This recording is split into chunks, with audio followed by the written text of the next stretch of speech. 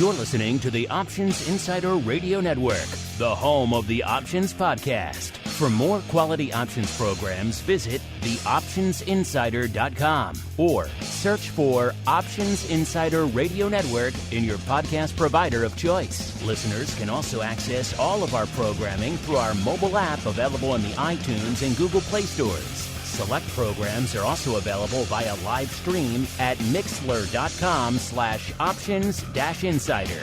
That's mixlr.com/options-insider. Don't forget to follow along with your favorite programs and submit your own questions for the hosts at twitter.com/options, stocktwits.com/options, facebook.com/theoptionsinsider, or via questions at theoptionsinsider.com.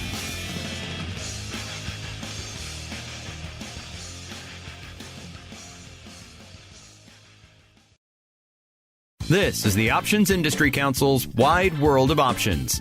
Before we start today's show, listeners should know that options involve risk and are not suitable for all investors. Individuals should not enter into an options transaction until they have read and understood the disclosure document, characteristics and risks of standardized options, available by visiting the OCC.com or by contacting your broker, any exchange on which options are traded, or the Options Clearing Corporation at 125 South Franklin Street, number 1200, Chicago, Illinois, 60606. The Options Industry Council is an industry resource provided by the Options Clearing Corporation, collectively OCC. Any strategies discussed are strictly for illustrative and educational purposes only and are not to be construed as an endorsement or solicitation to buy or sell securities. Commissions, fees, margins, interest, and taxes have not been included in any of the examples used in this show. These costs impact the outcome of all stock and options transactions. Consult your tax advisor about any potential consequences. OIC was created in 1992 to educate investors and their financial advisors about the benefits and risks of exchange-traded equity options, and the Wide World of Options radio show is one of several resources investors can utilize to learn more about options. Other resources OIC offers include webinars, articles, and self-guided options-related coursework. For more information, check out www.optionseducation.org. Now, here's your host, Mark Benzaquen.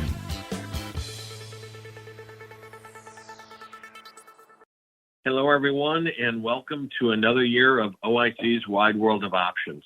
I'm your host, Mark Benzaquen, and I'm excited to bring another year of options education provided by seasoned option professionals like myself and my colleagues here at OIC. Typically, a new year is often accompanied by New Year's resolutions, and for many of us, this might include the typical fare of adopting a healthier lifestyle or learning a new skill. For me, it'll be the usual get more exercise, eat more salad mantra, though I've also added in learning to play guitar for 2023, so I'm pretty excited about that.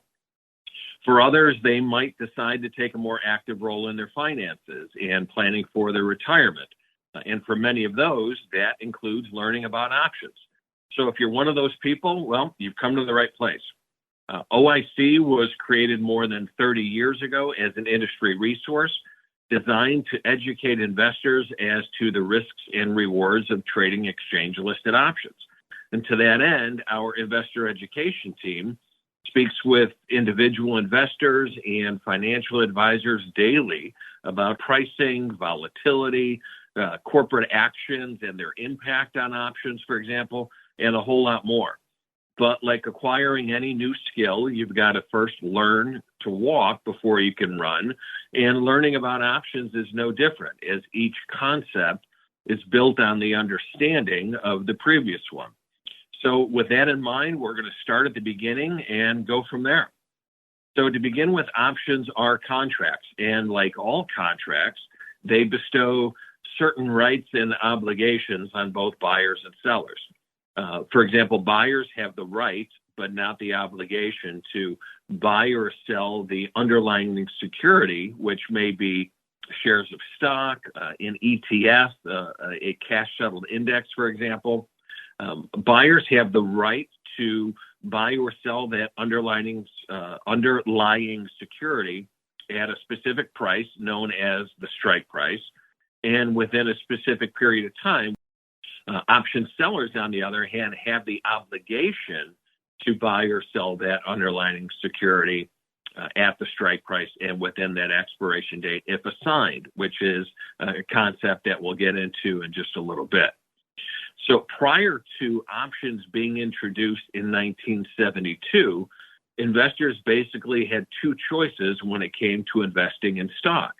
If they were bullish, they could buy the stock and hope that the share prices increased. Or if they were bearish, they might sell the stock short and hope for decreasing share prices. If share prices remained flat or traded within a narrow range, for example, their investment would lack profitability. So the investment really didn't go anywhere. However, with the invention of options or the introduction of options, investors have new ways to potentially capitalize on their bullish, bearish, or even market neutral forecasts, which isn't something that was possible prior to options. And they can do that through the buying or selling of calls and puts. And capitalize they did, as recent record-setting volumes seem to indicate. So in a word, options offer investors flexibility that they can't find through only buying or selling stock. So I said we were going to start at the beginning, and let's do just that. There are two types of options, and those being calls and puts. For equity or ETF options, buying or selling calls and puts results in the physical transfer of the underlying stock, typically 100 shares, and that occurs between the buyer and seller. There are also two types of option settlement styles, American and European. So for an American style equity call buyer, for example, they have the right to purchase 100 shares of stock in exchange for paying the strike price on or before the expiration date and taking delivery of the shares. For an American style equity put buyer, they've got the right to sell 100 shares of stock in exchange for collecting their strike price on or before expiration and delivering those shares. So a call buyer has the right to purchase stock at the strike price. The put buyer has the right to sell stock at the strike price. The process by which this exchange of cash and stock occurs is called exercise, which again is something that we will discuss a little bit later in this podcast. And conversely, option sellers therefore have the obligation to fulfill the terms of the contract, which entails either buying or selling stock in exchange for that strike price through the process of assignment. Whereas buyers and sellers of European style contracts can only exercise and or be assigned on expiration date. So let's look at a brief example of what I'm talking about here. Let's assume that an investor is bullish on stock XYZ and anticipates share price increases beyond the current price of $100, where it's trading in the open market. Traditionally, they might simply choose to buy 100 shares of stock outright and pay $10,000 for the 100 shares, or they may decide to use options instead and theoretically control the same 100 shares, but at a reduced price. We should note that owning call options and owning stock are not the same thing, as stockholders do enjoy certain rights not available to option holders, namely voting rights and the right to be paid dividends, if any. However, by exercising those call contracts, the option holder now becomes a stockholder, along with all the risks and rewards that go hand in hand of being long stock. So, okay, enough of that. Let's get back to the example. So let's assume that rather than paying $10,000 and buying the stock outright, our investor decides to purchase the 100 strike call, expiring in 30 days for a cost of $2.30. I should note that as each option typically has a multiplier of 100, the $2.30 paid in that premium represents an investment of $230 per contract. So the investor can either spend $10,000 today to buy 100 shares or spend $230 for the right to purchase $10,000 worth of stock over the next 30 days. If share prices drop below the $100 strike price, the investor will likely elect to let the contract expire without value, and they lose their $230 investment. So, for example, if stock finished 30 days later when the contract expires and the share price is now $90, the stockholder would lose $10 on their 100 shares or $1,000 overall, where the call holder, because the contract finished what we would call out of the money, the call holder would lose their investment of $230. If stock closed at $110 on expiration, the call holder would likely exercise their contract and take delivery of 100 shares of stock at $100 per share, or they might simply sell the call back to the market to close the position, and their profit or loss would be the difference between the $2.30 paid when initiating the trade and the premium collected when selling to close out that position. So speaking of premium, let's shift gears for a second and discuss the cost of options. An options premium has two components, intrinsic value and extrinsic value. Intrinsic value is simply the positive difference between the underlying share price and the strike price of the option. So for example, with stock trading for $55, the right to purchase shares at $52 would inherently or intrinsically be worth $3. So a $52 call would have a $3 intrinsic value with stock trading 55. If stock were trading 60, the call would then have $8 of intrinsic value. Extrinsic value is any portion of the premium over and above the intrinsic amount. So with stock trading 55, if our $52 call were trading for $5 in option premium, $3 of the premium would be attributed to the intrinsic value as the option is in the money by $3. That's the intrinsic amount. And the remaining $2 would be deemed extrinsic value.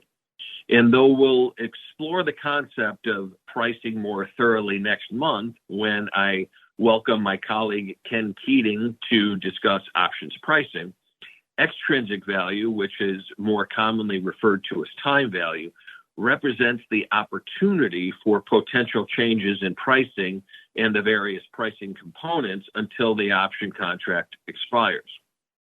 We're all familiar with the saying, time is money, and never has that been more applicable than with options pricing. So think of a stock that you're familiar with and ask yourself where that stock might be trading by the end of today's session, or what might the trading range be by the end of tomorrow's trading session. While it's likely you won't be 100% correct, it does stand to reason that you might be able to at least ballpark a trading range with some degree of certainty, right? Now, think about where that stock might be 2 weeks from now, or 2 months from now, or even 2 years from now. Not so easy, is it? So looking at it from a seller's perspective, would you be comfortable obligating yourself to selling stock at a specific price today and delivering those shares 2 years down the road? Who knows where the market might be at that time? And for that reason, long-term options command higher prices than their short-term counterparts, as sellers are able to dictate higher prices due to pricing uncertainty and increased risk. So, and again, in other words, time is money. So speaking of sellers, that premium that they collect represents the maximum profit sellers can expect from selling options. On the other hand, that same premium represents the maximum loss for option buyers. So in our previous example of purchasing a $52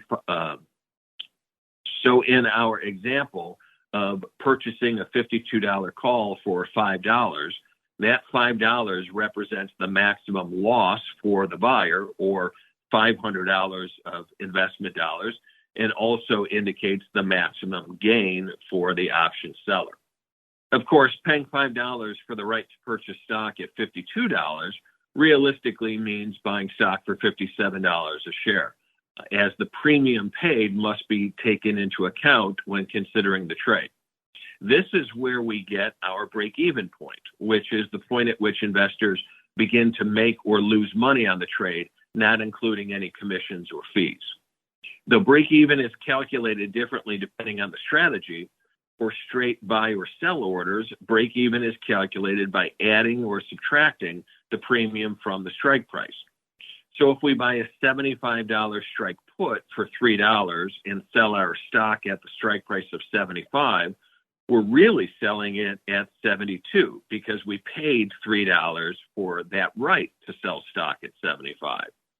If we sell a call with a strike price of $100 and collect $2 for the sale, we're effectively selling those shares for $102, right? Because we sold that stock at $100, but we also collected an extra $2, which is in our pocket from selling that option. So that's where the concept of break-even comes into play, the point at which investors begin to profit or lose money on the trade. And though I can talk about options for hours on end, which is probably why I don't get invited to too many parties, our time today is coming to a close, and I want to talk about the process of turning those rights and obligations into a concrete reality. And that's where the exercise and assignment process comes into play. Exercise is the process by which a call or put holder, otherwise known as a buyer, turns their equity or options contract into physical shares of stock. Typically, this is only done if the contract has at least 1 penny worth of value at expiration, though buyers of American-style contracts can exercise their options, again, at any time for any reason. If the contract has at least 1 penny worth of intrinsic value, that contract is said to be in the money. In the money contracts at expiration are usually exercised automatically through what's known as automatic exercise. The result is that for calls, the strike price times 100, which again is the multiplier, would be debited from your trading account, and you would then be credited with the 100 shares of the underlying stock. For puts, you would be credited with cash from the strike price times 100 and debited 100 shares of stock. If you don't already own those shares to deliver, then you would need to either buy them in the open market or arrange to borrow them from your broker. Once exercised, your broker will then notify OCC, the clearinghouse for all listed options in the U.S. OCC will then randomly assign your exercise notice to an OCC member firm, who will then assign the notice to an investor with an assignable position. So for a call seller who receives the assignment notice, the stock would be debited from their account, and their account would then be credited with the cash from the sale of the shares.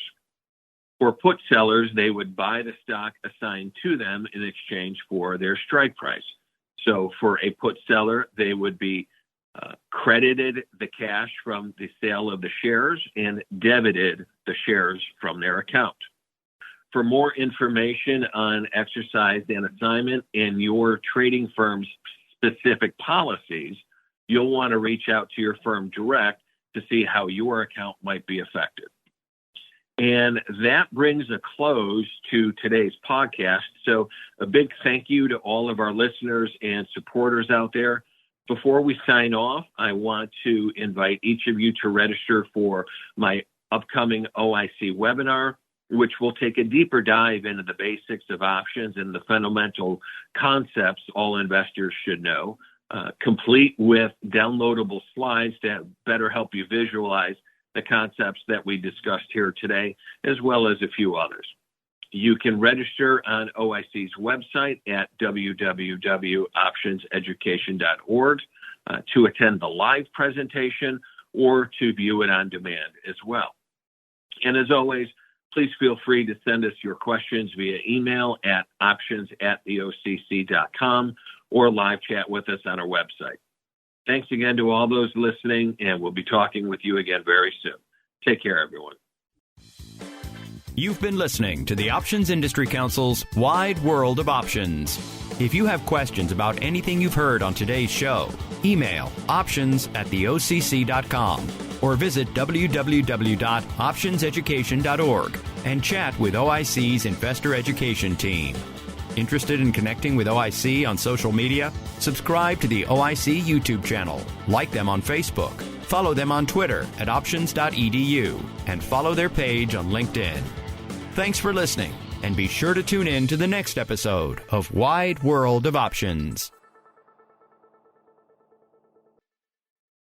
You're listening to the Options Insider Radio Network, the home of the Options Podcast. For more quality options programs, visit theoptionsinsider.com or search for Options Insider Radio Network in your podcast provider of choice. Listeners can also access all of our programming through our mobile app available in the iTunes and Google Play stores. Select programs are also available via live stream at mixlr.com/options-insider. That's mixlr.com/options-insider. Don't forget to follow along with your favorite programs and submit your own questions for the hosts at twitter.com/options, stocktwits.com/options, facebook.com/theoptionsinsider, or via questions@theoptionsinsider.com.